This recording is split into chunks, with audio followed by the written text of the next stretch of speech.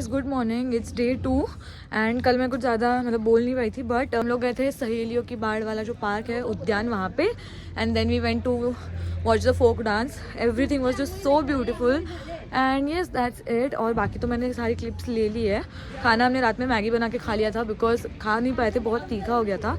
But आज का plan है, हम जा रहे हैं चित्तौड़गढ़। सो येस, अभी सब अभी उठे हैं। इट्स 9 AM, अराउंड 9 और 8 AM, और सब अभी उठ रहे हैं। फिर हम आज भी नाश्ता मैगी ही खाएंगे और फिर रेडी होके निकल जाएंगे। So let's so that's the view guys.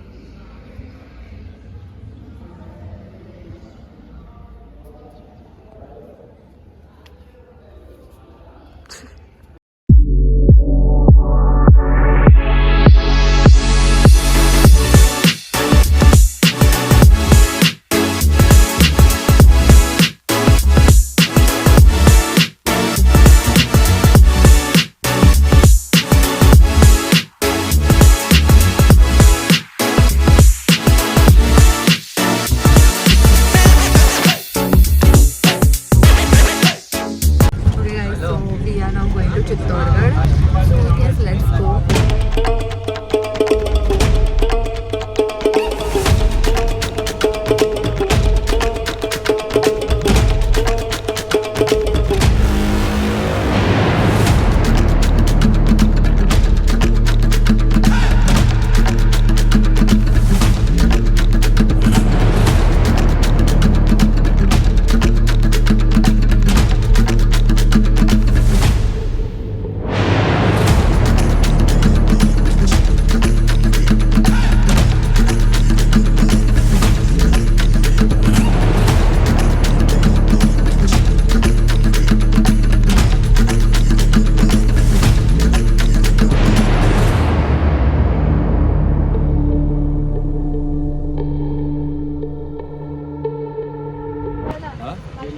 So we are here at Chittorgarh Fort. Let's go.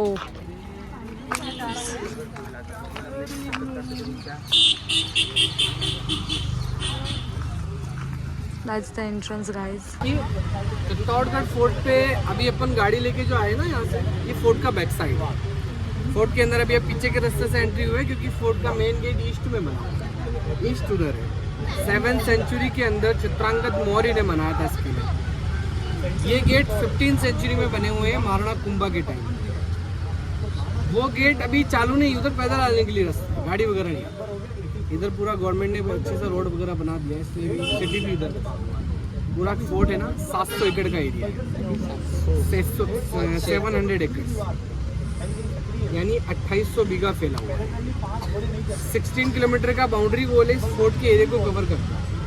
पूरे चारों तरफ 16 किलोमीटर का बाउंड्री। 113 मंदिर है पूरे किले का। 84 पानी के वाटर टैंक्स हैं। 84 84 कुंड है पानी। 27 अटैक्स हुए हैं और 3 में जौहर हुआ है। जौहर समझते हैं सर? पद्मिनी पिक्चर देखा है? लास्ट में पद्मिनी आग में जल जाती ना, वही जौहर। अच्छा 3 बार हुआ है। 3 बार जौहर। ऐसा 3 बार हुआ है? 3 बार। आप एक ही बार सुने होंगे। 2 जौहर और हुए हैं यहाँ पर। जो तीनों जौहर मैं आपको अच्छे से बताऊंगा। पद्मिनी पिक्चर का कंट्रोवर्सी भी बताऊंगा। देखा ना पद्मिनी 2 साल देखा। कंट्रोवर्सी भी बताएंगे आपको। जौहर क्यों किए जाते हैं वो भी बताएंगे। अग्नि जौहरी क्यों किए जाते हैं वो भी बताएंगे। लेकिन जौहर प्लेस किया।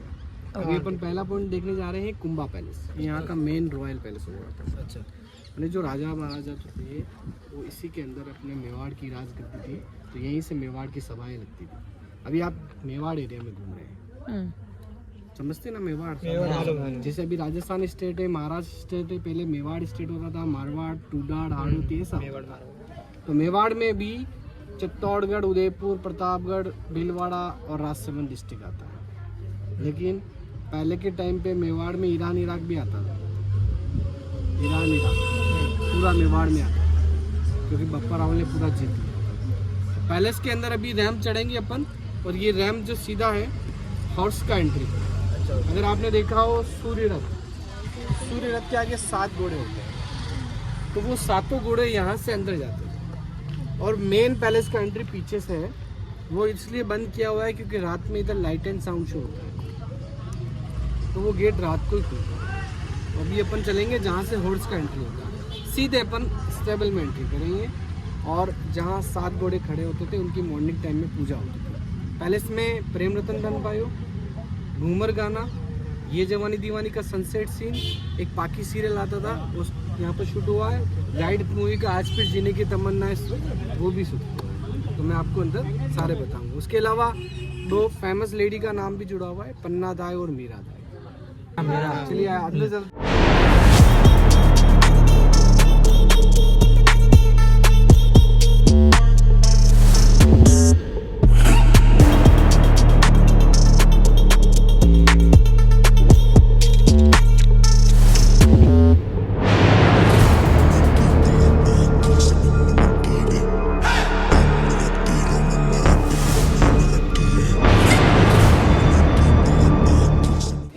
पार्ट अलग है और मेल पार्ट अलग है। पैलेस के अंदर पन्ना दाई और मीराबाई का नाम इसलिए जुड़ा हुआ है क्योंकि पन्ना दाई फेमस थी अपनी सेक्रीफाइस को लेके और मीरा फेमस थी अपने वर्शिप को लेके। पैलेस पूरा डिस्ट्रॉय किया हुआ है, यहाँ 27 बार अटैक हुआ है, कभी राजाओं ने यहाँ कॉम्प्रोमाइज नहीं किया है। अदरवाइज आप जयपुर जाएंगे, जोधपुर जाएंगे, आपको अच्छे पैलेस दिखेंगे। चित्तौड़गढ़ में औरतें आग में जलना मंजूर थी लेकिन किसी गैर मर्द के साथ जाना मंजूर नहीं, इसीलिए यहाँ चित्तौड़ में आपको ऐसा टूटा फूटा देखने को मिलेगा। लेकिन यहाँ का इतिहास पूरे भारतवर्ष में फेमस है।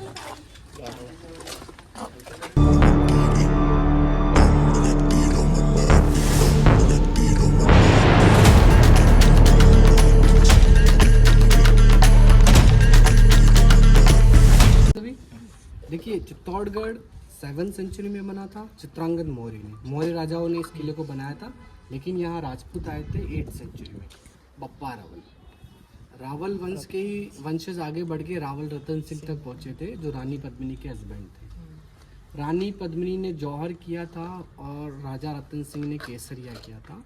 उसके बाद यहाँ सिसोदिया वंश आया था, जो महाराणा प्रताप का फैमिली है।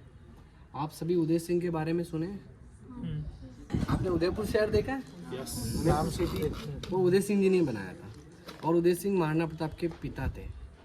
महाराणा प्रताप को तो जानते होंगे आप। महाराणा प्रताप के फादर थे उदय सिंह, बहुत छोटे थे, इसलिए उनकी केयर टेकर रखी हुई थी पन्ना दाई। धाइमा बोलते हैं ना, इसे देखभाल करने वाली। तो पन्ना दाई के भी एक बेटा था उदय सिंह की एज, सेम एज का, चंदन नाम था उसका। क्योंकि उदय सिंह को जब छोटे थे तो उनके लिए ऐसी औरत को ही लाया जाता था कि जिसके हाल ही में कोई बच्चा वगैरह हो, तो उसको फीडिंग वगैरह भी वही कराती थी। तो पहले के राजाओं के दासियों से भी रिलेशन होते थे, दासियाँ होती थी उनसे भी, तो उनसे बच्चे वगैरह होते थे। लेकिन दासी के जो बच्चे होते हैं उनको ये अधिकार नहीं होता है किले की राजगद्दी पर बैठने का, राजा बनने का। तो एक बनवीर करके दासी पुत्र का जन्म हुआ था, उसके मन में लालच था कि मैं चित्तौड़ की राजगद्दी पर बैठूँ। तो उसने सोचा कि उदय सिंह तो लास्ट फैमिली के, मतलब जो अगले राजा हैं उदय सिंह ही है, उसके बाद कोई नहीं है, तो उदय सिंह को मार दूं तो चित्तौड़ मेरा ही हो जाएगा। तो जब वो उदय सिंह को मारने के लिए जाता है तो पन्ना दाई को इस बात का मालूम पड़ता है कि अब उदय सिंह को मारने के लिए बनवीर आ रहा है। तो वो क्या करती है, अपने बेटे को चंदन को उदय सिंह की ज्वेलरी, उदय सिंह के कपड़े पहनाकर उदय सिंह के बेड पर सुला देती थी और उदय सिंह को अपने हाथ में ले लेती है। जब बनवीर आता है, जब पूछता है उदय सिंह कहाँ है, तो वो एक माँ थी जो उसको पता है कि तलवार निकालेगा और अभी 2 हिस्से कर देगा, लेकिन फिर भी उसने बताया कि अपने बेटे को उदय सिंह बताया कि वो सो रहा है। बनवीर ने तलवार निकाला और उसके सामने उसके 2 हिस्से कर दिए, लेकिन वो माँ थी, एक शब्द नहीं बोल पाई थी, वो बलिदान के नाम से फेमस हुई थी। ये वो रूम है जहाँ दोनों को एक्सचेंज किया था। फिर उदय सिंह को यहाँ से कुंभलगढ़ शिफ्ट करा दिया था। ये एक ही रूम है जहाँ दोनों को एक्सचेंज करके कुंभलगढ़ भिजवाया था। पन्ना दाई यही उसकी देखभाल किया था।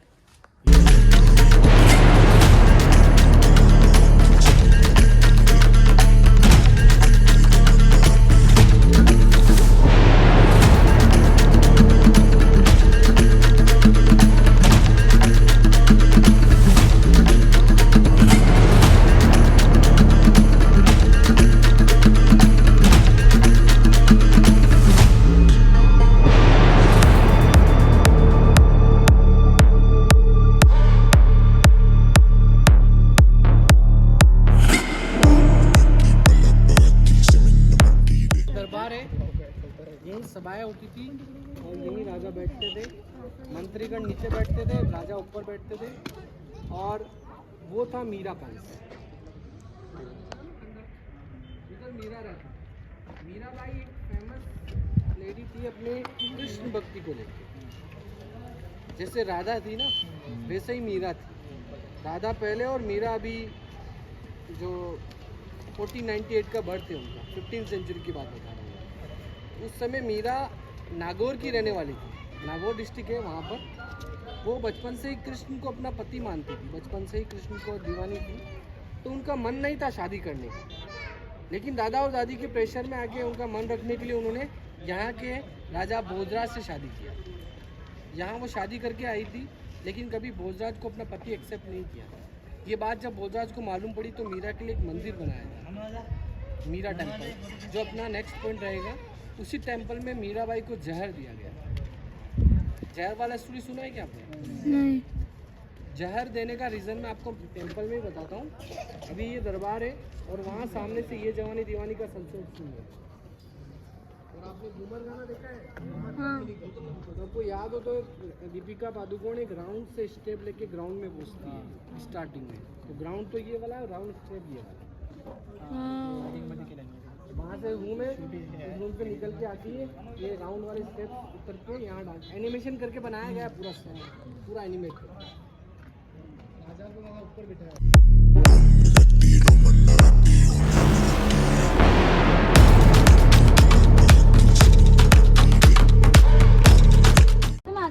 What a view, guys! Oh my god! This is a total Udaipur city view. So good. पता है रूम को अगर बाहर तेज धूप होगा तो अंदर से ठंडा कर देगा और बाहर ठंड होगा तो अंदर से गर्म कर देगा। ये चीज़ अभी भी आप अंदर जाके फील कर सकते हो। वहाँ से जाइए आप अंदर रूम में देखिए कि अभी टेम्परेचर कैसा है।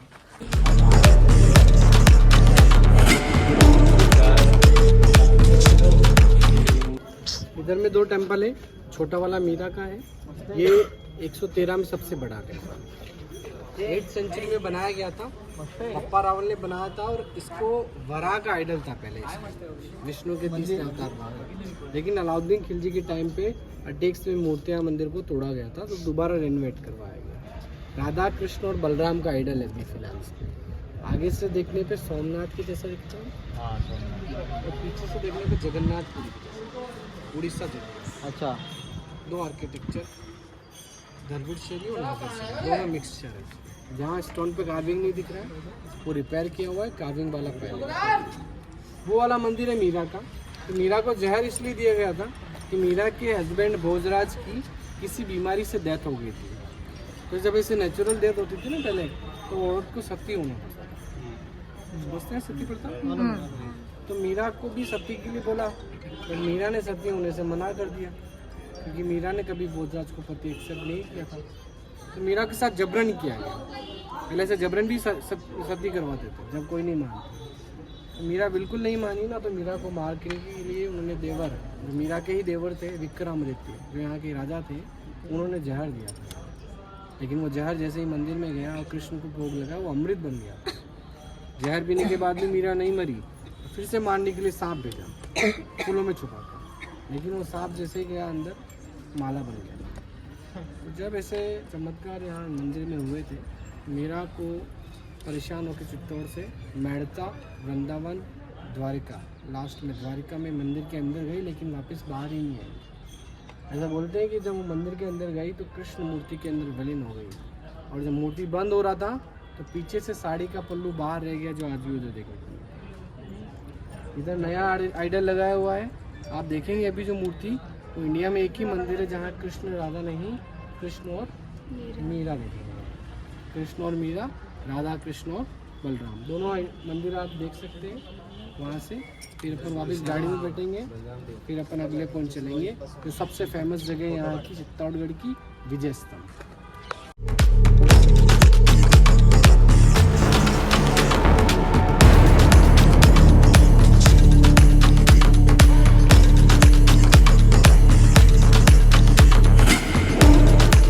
बोलते हैं महाराणा कुंभा जब यहाँ राजा थे 1437 के अंदर, तो यहाँ पर क्या मालवा और गुजरात ने अटैक किया। मालवा कौन सा पता है? MP, उसको पहले मालवा बोलते थे। वहाँ के राजा थे मोहम्मद खिलजी और गुजरात से था अहमद शाह। दोनों ने अपनी सेना को मिलाया और फिर चित्तौड़ पे टेक। लेकिन फिर भी महाराणा कुंभा ने उन दोनों स्टेट की सेना को हरा दिया था। उस विक्ट्री को याद रखा जाए इसलिए इस टावर को हरा था। 122 फीट का है ये, 9 मंजिल है। विष्णु के 9 अवतारों को समर्पित है। 10 साल बनने में लगा, 90 लाख रुपए खर्च हुआ है उस टाइम। 157 सीढ़ी बनाया गया ऊपर जाने के लिए। पूरा इंटरलॉक सिस्टम से बना हुआ है, पत्थर को चिपका के नहीं, लॉक करके बना हुआ है। बहुत सारी मूर्तियाँ लगी हुई है बाहर की साइड में, जो हिंदू धर्म की 33 कोटि देवी देवता की मूर्तियाँ हैं। और आप पास जाके देखेंगे तो एक भी मूर्ति आपको पूरा नहीं दिखेगी। ये सभी मूर्तियाँ औरंगजेब के टाइम पे तुड़वा दी गई थी। तो एक मूर्ति को चुन चुन के मतलब आग कुछ न कुछ टूटा हुआ। टॉप तक 9वां फ्लोर जो है ना, इसका 9वां माला वो पूरा चेंज है, क्योंकि उस पर बिजली गिरा था तो बिजली से टूट गया था पूरा। तो इसको रेनोवेट करके वापस दूसरा बनाया गया। दिखेगा आपको पास से, मतलब दूर से दिखेगा, वो अलग से ही दिखेगा। इसके पीछे हुए थे जौहर। जौहर यहाँ 3 बार हुए हैं। पहला जौहर अलाउद्दीन खिलजी वाला अटैक में हुआ था, दूसरा बहादुर शाह में और तीसरा अकबर के अटैक में। जौहर लेडीज़ करती थी और जेंट्स करते थे केसरिया। जौहर पहले होता था और फिर युद्ध लड़ने के लिए जाते थे। पिक्चर में उल्टा बताया गया है, बाद में जौहर है, पहले लड़ने के लिए जाते हैं। यहाँ 3 बार अटैक हुआ है। फर्स्ट वाले अटैक में 6 महीने किले को घेरा गया था, दूसरे अटैक में 3 महीने और चौथे में 4 महीने किले को घेरा गया था। किले में कभी कोई आ नहीं पाया, हमेशा राजा नीचे गए लड़ने के लिए, क्योंकि किला बहुत सेफ बनाया हुआ है। बाउंड्री से कवर है 16 किलोमीटर की, तो अंदर जाने के लिए ओनली 7 जो गेट है, अभी अपन चलेंगे वहाँ पर, वही रास्ता है।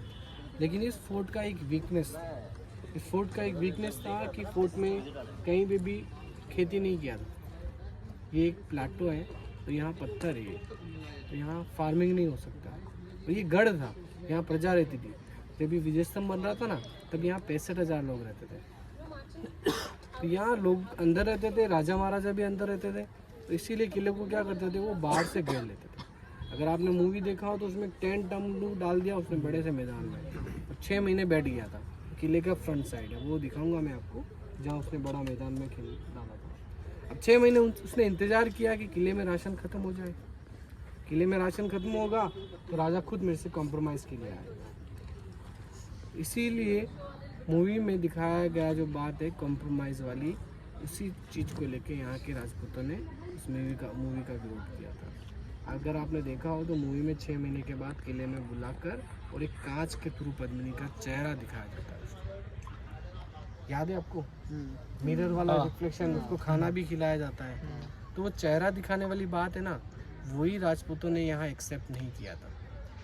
कि मेवाड़ में हिस्ट्री में इतना नाम है यहाँ के राजाओं को, और आप इतना कमज़ोर बता रहे हो कि अपनी पत्नी का चेहरा वो किसी गैर मर्द को दिखा रहे हैं बचने के लिए। तो मतलब राजपूतों को नीचा दिखाया गया। इसी चीज़ को लेके राजपूतों ने यहाँ विरोध किया था, जबकि रियल में भी पद्मिनी को चेहरा नहीं दिखाया गया। और अगर फैक्ट पे जाते ना तो 13वीं सेंचुरी में मिरर नहीं होता था। मिरर तो 15वीं शताब्दी के बाद आया था। तो ये चीज़ तो यही गलत हो जाती है कि उसका चेहरा कांच में तो नहीं दिखाया गया, और फेस टू फेस वाली बात तो हुई नहीं। चेहरा अगर दिखाना ही था उसको, तो फिर इतना बड़ा दर्दनाक मौत देने की क्या जरूरत थी? जौहर क्यों करना था? कॉम्प्रोमाइज़ जब हो गया है तो फिर जौहर करने की क्या जरूरत थी? आप जो देखें मूवी में, वो 700 पालकियाँ जाती है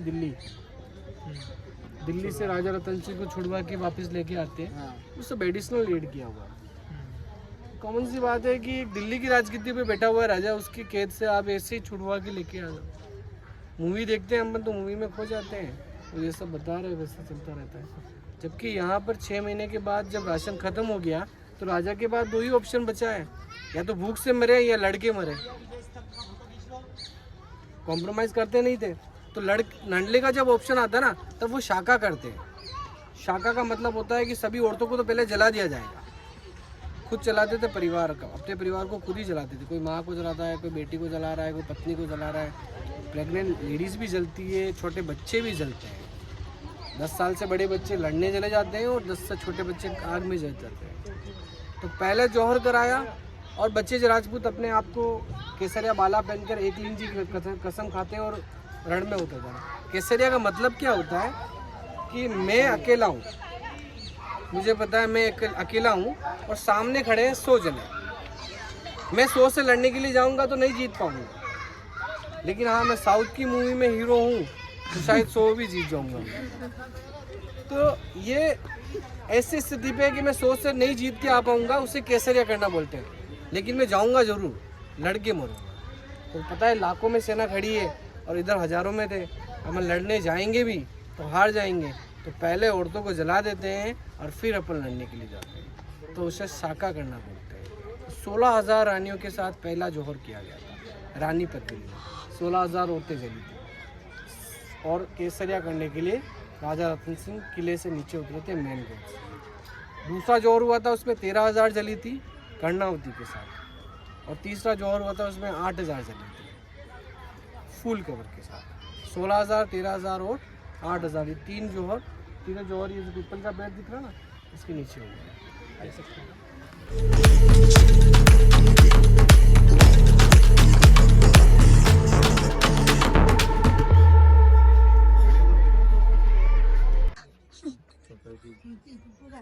गार्डन एरिया दिख रहा है ना आपको, 50 फीट गहरे गड्ढे में चंदन का लकड़ी डाल दिया जाता था और फिर आग जला। चंदन लकड़ी डालने का मेन रीजन था, बहुत तेज जलता है चंदन।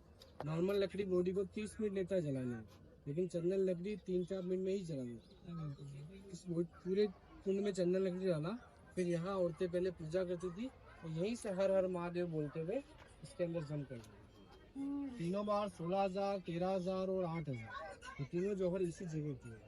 आज इस गार्डन के एरिया को मैं जौहर की जगह बता रहा हूँ, आप मेरे को विश्वास करिए, तो ये कोई मन से नहीं बता रहा हूँ। 1969 से पहले एक हॉन्टेड प्लेस में गिना जाता था। लोग डरते थे यहाँ आने से, क्योंकि जो आग में जलना बहुत बड़ा दर्द है, तो लोगों की चीखें वगैरह सुनाई देती थी, ऐसा माहौल। तो गवर्नमेंट ने यहाँ खुदाई करवाया मालूम करने के लिए, तब इस मिट्टी के अंदर राख, हड्डियाँ और इसके ऑर्नामेंट्स निकले, तभी मालूम पड़ा था कि इधर जौहर हुआ है। तब इसको भरा गया और वहाँ एक हवन कुंड बनाया, दिख रहा है छोटा, इस हवन कुंड में, और वहाँ जौहर सिंह का बोर्ड लगा दिया। ऐसा यहाँ हवन होता है, वीरांगनाओं की आत्मा को शांति मिले इसमें। हर साल मार्च महीने में एकादशी के दिन, उदयपुर सिटी प्लेस देखा आपने, उधर रॉयल फैमिली रहती है बीबी, देखा हो तो उधर लक्ष्मण सिंह जी राजा है अभी, और फैमिली आती है और यहाँ बैठकर हवन करती है ताकि वीरांगनाओं की आत्मा को शांति मिल सके। हर साल ये फेस्टिवल होता है। उस दिन गाड़ी नहीं आता, बहुत भीड़ रहता है। वो दिख रहा है सामने, वो ईस्टर्न जौहर एंट्रेंस है, ये नॉर्थ जौहर एंट्रेंस है। पिक्चर में ये वाला गेट दिखाता है, ये रानियाँ निकल। रॉयल फैमिली का एक क्रिमेशन पार्ट है, यही औरतें सती होती है, अपने पति का सिर गोद में लेके चिता पर बैठ जाते थे और उसे चिता जलाते थे। ये सारी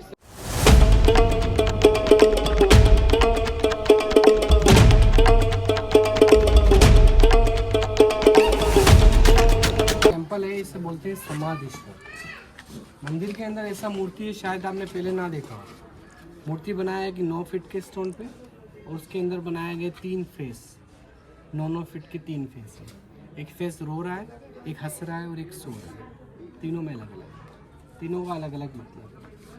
आप मंदिर के अंदर जाते हैं कभी भी तो आपने नोटिस किया होगा कि अंदर कौन बैठता है? भगवान, लॉर्ड के गॉड। गॉड का फुल फॉर्म पता है? GOD, गॉड, जनरेटर, ऑपरेटर और डिस्ट्रॉयर। वो तीनों इसके अंदर है। इसके अंदर है भगवान, गॉड, ब्रह्मा विष्णु महेश। रो रहा है यानी बच्चे को जन्म दिया है, हंस रहा है यानी बच्चा खेल रहा है, सो गया यानी बच्चा मर गया। तो ब्रह्मा विष्णु महेश जो त्रिलोकीनाथ बोलते हैं, ब्रह्मा विष्णु महेश का बहुत सुंदर मूर्ति है। 3 एंट्रेंस से जाने के लिए, क्योंकि 3 मूर्ति इस टेम्पल के अंदर आइडल से आप अंदाज़ा लगा सकते हो कि उस समय राजा महाराजाओं की क्या हाइट पर्सनालिटी होती है। इस मूर्ति की वो खड़े खड़े अभिषेक कर देते हैं। ये दिख रहा है आपको लोटस, ब्रह्मा कमल पे बैठते हैं, इसलिए लोटस का डिज़ाइन बनाया गया। आपको जगह जगह ऐसा मूर्ति दिखेगा, ये दिख रहा है ना ड्रैगन जैसा। ये काली बुरी नज़रों से बचाने के लिए हर जगह लगाया जाता है। आज भी घरों में कहीं पे भी लगाते हैं ना, तो उसका ये सबसे पावरफुल एनिमल है एलिफेंट। तो उसके ऊपर सारा मंदिर का वेट डाला गया है ऊपर पत्थर को भी ऑर्नामेंट्स पहनाए गए, बिल्कुल कंजूसी नहीं है कार्विंग में। और लोगों को लगता है कि फैशन शो अभी से चल रहा है, लेकिन 1000 साल पहले भी एक से एक पोज दिखेगा आपको। ये अप्सराओं की मूर्तियाँ हैं, जो विदाउट कार्विंग स्टोन है वो सब रिपेयर किया हुआ है। तो पिलर भी दिखेंगे, ये 1428 का रिपेयर है। अभी मंदिर में लेफ्ट साइड में आप जाएंगे तो मूर्ति का फोटो ले सकते हैं, अपना फोटो अलाउड नहीं है। तो इसके पीछे आपको सास बहू का कुंड,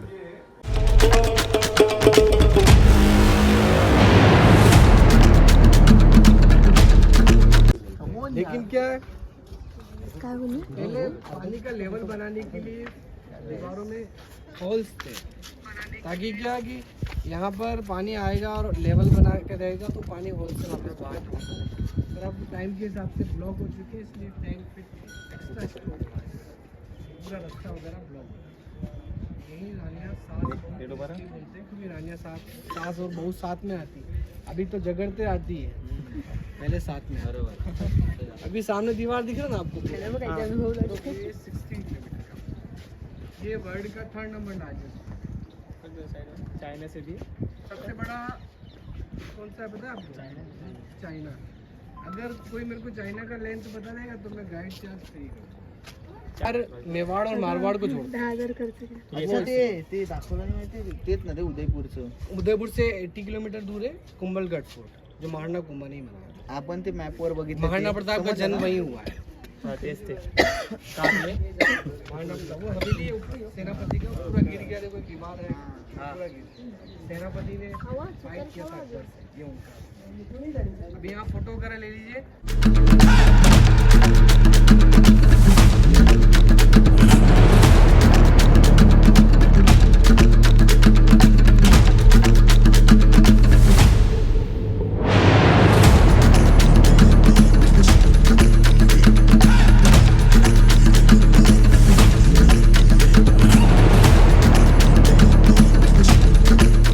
श्रीलंका की रहने वाली थी, सिंगल की था। द्वीप वाली फीलिंग आए इस टाइप से उनका ये पानी वाला रूम बनाया गया।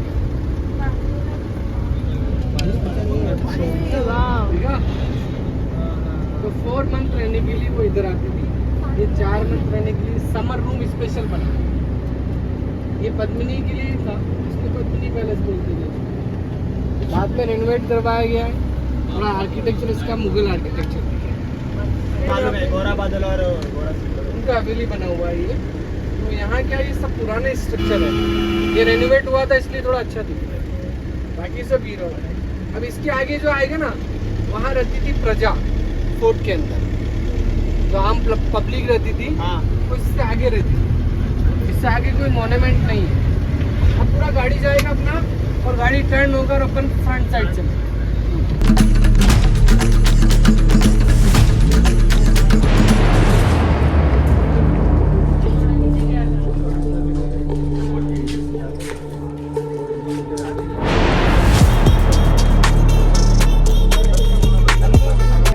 गेट इसलिए बनाते थे कि सूर्य रथ के आगे 7 घोड़े होते थे। और अलाउद्दीन खिलजी, बहादुर शाह, अकबर सब इधर से आए थे, इधर के गेट डैमेज पड़े हुए हैं, ये रिपेयर किया हुआ है। क्योंकि इस पे जो लगा हुआ गेट था ओरिजिनल अष्टधातु का, वो अकबर ले गया था चुरा के। और अगर आपने देखा हो फतेहपुर सीकरी में बुलंद दरवाजा देखिए कोई, वो इधर से लेके वहाँ लगा हुआ है। अभी तो स्पाइक्स दिख रहे हैं ना गेट के ऊपर, एलिफेंट के अटैक को रोकने के लिए लगाते थे, पर फिर भी गेट को तोड़ देते थे वो, कैमल को बीच में खड़ा करके।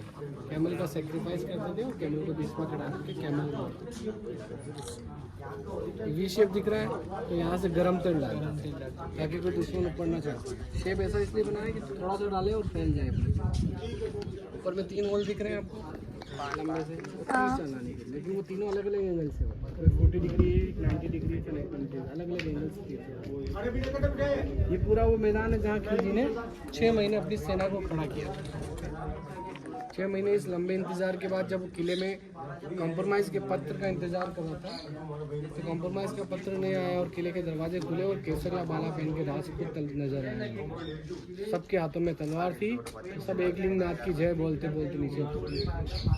ये रास्ते से वो केसरिया करने जाते थे। जौहर उधर, फिर केसरिया आएगा।